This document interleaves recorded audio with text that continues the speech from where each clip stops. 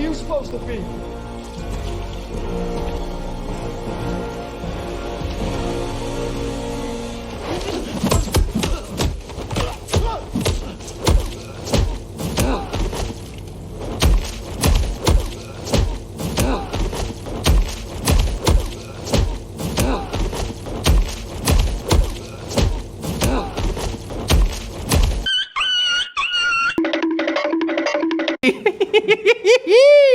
Okay, I'm assuming you have clicked on this video because you saw the new Batman movie recently. And I did it too. And it really got me thinking, why the fuck do I like the character and the storyline of the Batman so much? Whether it's the Dark Knight or the latest Matt Reeves version of the new Batman, then it clicked to me. I know why I love the Batman movies so much. And I think it's the same reason why people subconsciously love his movies. And this is exactly why I loved it more than Spider-Man No Way Home. Here's my take on it.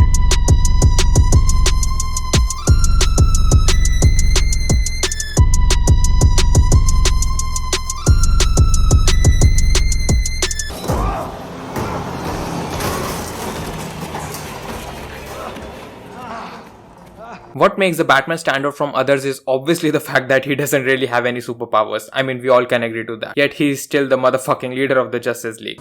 How did you get the house back from the bank? I bought the bank.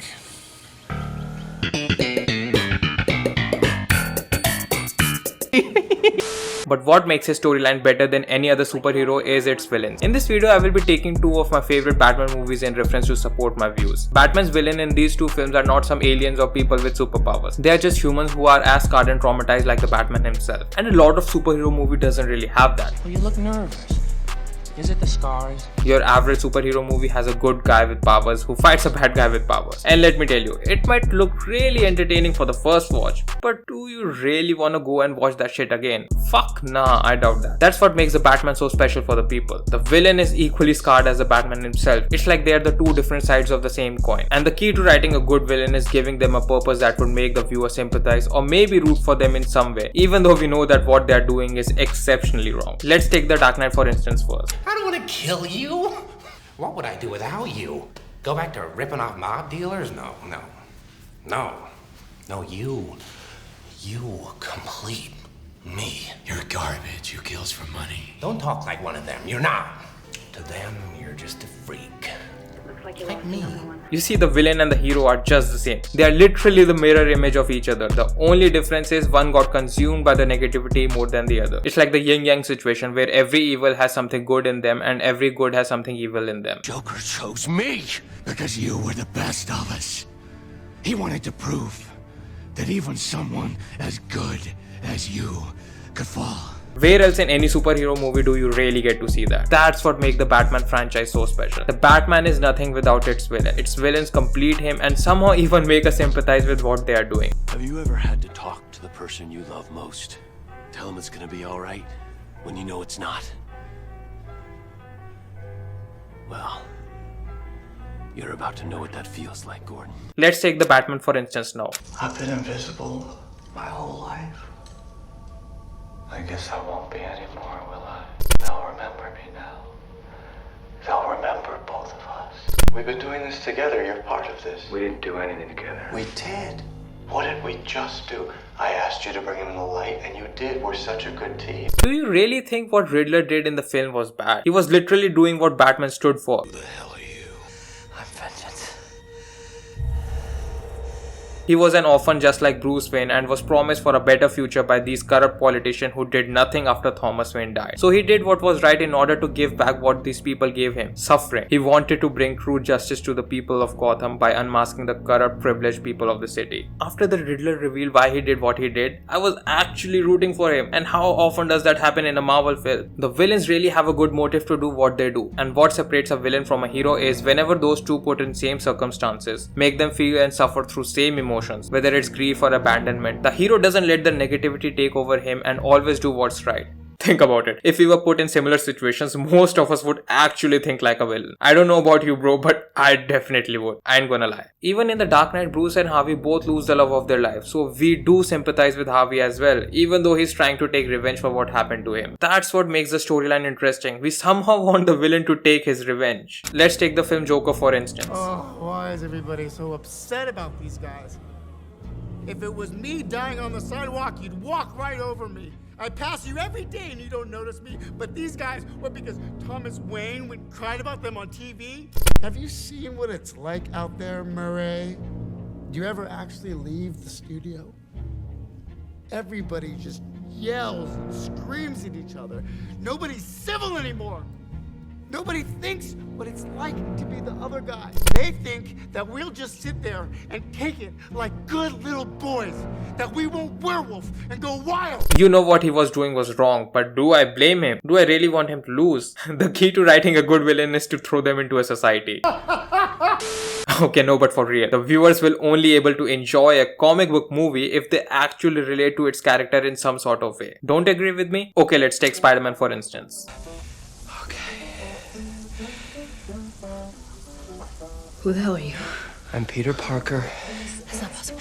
I am Spider-Man. Why do we love Spider-Man? Why is it the most beloved Marvel character of all time? Is it his superpowers or his struggles as Peter Parker? My back. My back. I was lucky with Peter Parker when I came up with that character because he seems to have struck a chord with so many readers. And I think it's because he's probably more like a regular person, a normal person than any other character. And I try to make him that way because I guess until Peter Parker, no superhero or no superhero's alter ego had ever had to worry about making a living, getting along well with girls, being popular, because I feel most people, even people who seem to be happy, have problems and they have worries. What went wrong with Tom Holland's Spider-Man? The biggest problem with Tom Holland's Spider-Man was that he was not playing Spider-Man in Spider-Man movies. He was playing Spider-Man in Marvel movies. Was Tony Stark made you that? Are you an Avenger? Yeah, basically. Let me explain. In Spider-Man Homecoming, the main villain of the movie was the Vulture. Was his main enemy Spider-Man? No! He just wanted to steal Stark Tech and Spidey was just there to stop him. And that's what happened in Far From Home. Mysterio's enemy was Tony Stark and he wanted to steal Stark Tech. See, that wasn't so hard. Again, Spidey was just there to stop him from doing so. In Spider-Man No Way Home, all the villains were just there from other universe. Was Tom Holland Spidey was their main enemy? No! Again, he was just there to send them back. That's exactly what went wrong with Tom Holland Spider-Man. He was a Spider-Man in a franchise film. Wait, who are you? We're the Avengers, man. And this is why we loved Spider-Man 2 so much. Tobey's Spider-Man was the enemy of Doc Ock. Both Tobey and Doc went through loss because of something stupid they did. Both were somewhat related to each other. Parker, now I remember you. You're Connor's student.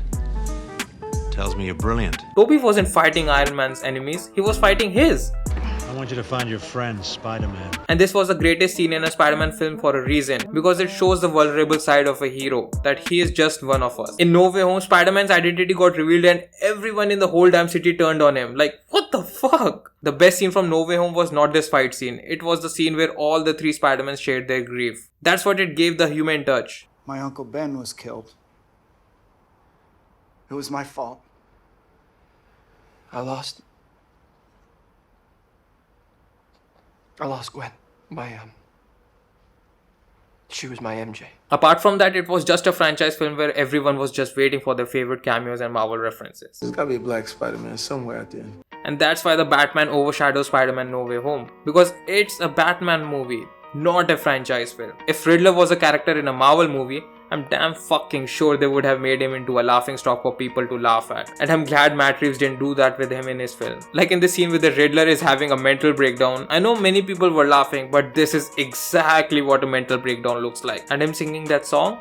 Yup, that is exactly what I would do if I have to get on someone's nerve. I'd sing a stupid song to annoy them. The only difference between me and Riddler is that he had 500 followers and I got like 400. He's got like 500 followers. Real fringe type.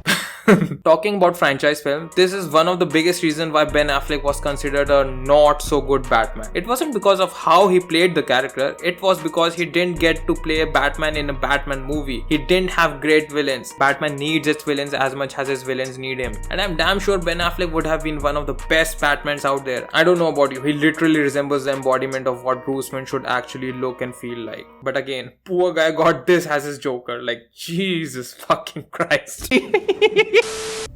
They're only as good as the world allows them to be.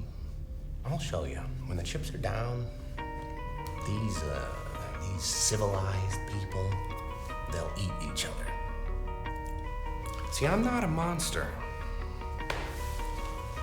just ahead of the curve. A villain's purpose should be driven by an emotion or sending a message. An emotion that a viewer has felt at some point of their life. In fact, this is exactly why I loved Shang-Chi so much more than No Way Home. It's not just a visual treat to watch, but the villain actually had a great backstory to justify his actions. His actions were driven by deep love and loss. Was I happy when he died? Fuck no. I can't think of anyone who was happy when he died. I think if the villain's actions are justified, then it only takes a person bigger than those morals and understanding to stop him from reaching his goals. That's why even though Willem Dafoe was fucking amazing as Green Goblin like always, he did not have a valid purpose to create this much of chaos in No Way Home. He was just a stupid maniac and there's nothing really good to define his actions. And this is exactly why The Amazing Spider-Man 2 being such an amazing film, pun intended, it flopped. Even though the introduction of the Electro was really good and relatable, a person who wants to be acknowledged, he turned out to be a power-hungry person for no reason whatsoever. It wasn't how Andrew Garfield played his Spider-Man. I think he played the Spider-Man in the best way possible, exactly how cocky Spider-Man gets in his suits.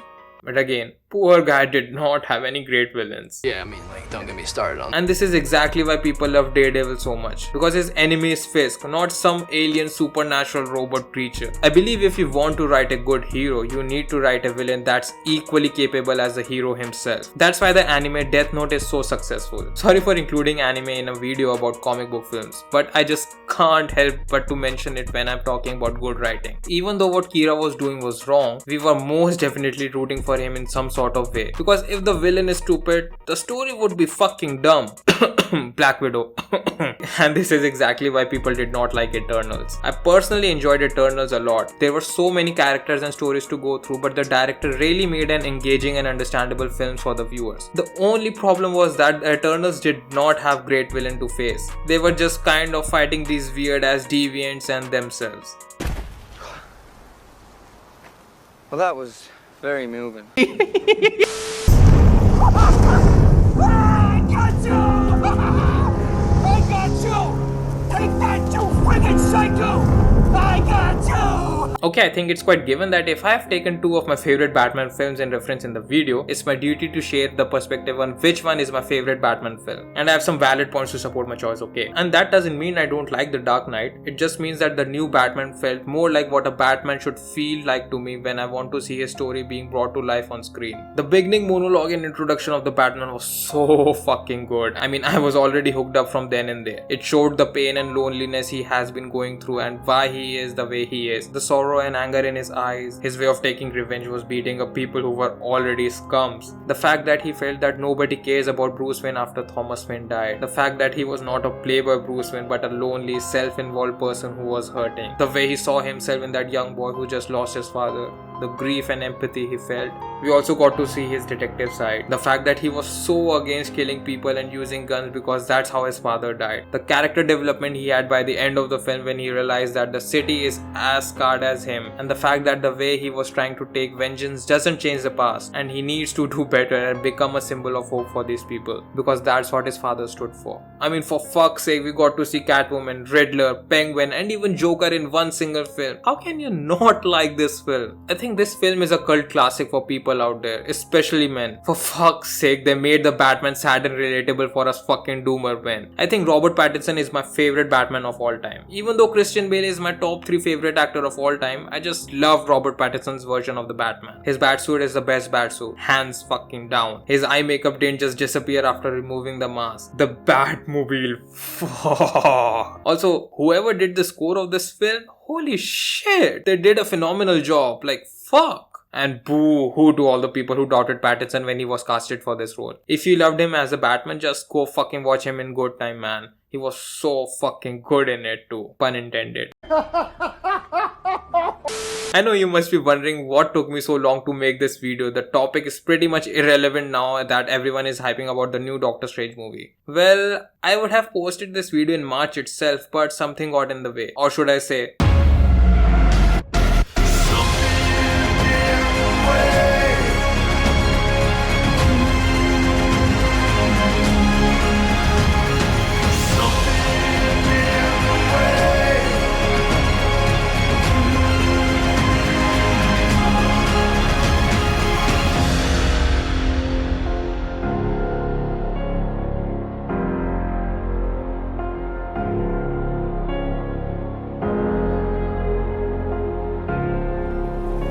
I'm vengeance.